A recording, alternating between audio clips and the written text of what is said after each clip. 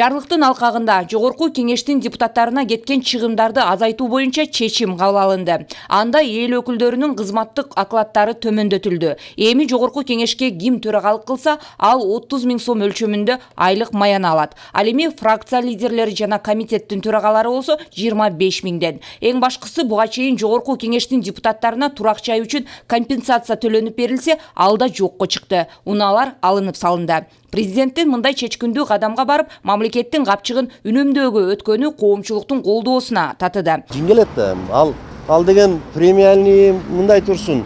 Ал бир чет мамлекетке барганда өзүнүн жумушу менен барганда мамлекеттин эсеби менен барып атышпайбы? Булардын баары эми туура эмес нерсе да. Туура эмес деген көз көрүнө эле болуп атат да. Ошолорго тыюу салынган жакшы. Бул мамлекетти башкарыш өтө кыйын негизи. Биз бир үй бүлөнү башкара албай атабыз.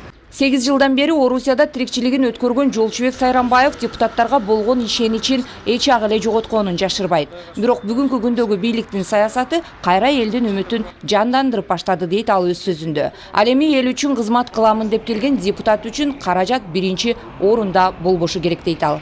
Көп эле жалганчылар экен өзү биздин депутаттар ачык эле. Азыркы учурда алардын айлыгы аябай чоң. Булар ушинтип элди алдап, анан ушундай бийликке баргандан кийин өздөрүнүн билгенин жасай беришет экен. Бирок эми азыр кичине күчүнө кирип атат закон. Кудайга шүгүр, ушунчасына деле.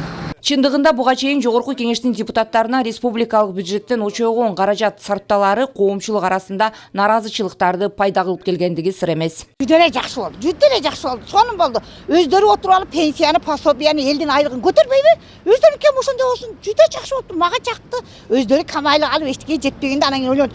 Карапайым калктын немесин айлыгын, пенсия пособияларын көтөрөлү дейт. Алар өздөрү чоң акчаны алып жеп алып анан кийин эч кандай элди карапайымды ойлошпой эле өздөрү туура эмесми шашырыш мыйзамдарды кабыл ала беришет, элдин тагдырын ойлобойт экен алар барып элеп деп креслого отуруп алса анан кийин өз билгенин кыла берет экен. Чынбы? Ушундай менин билген көргөндөрүм ушундай туура эле калды. Эми мындан арака карапайым калктын келген нерсеси ошо депутаттардын башына келет экен да. Жакшы болуптур.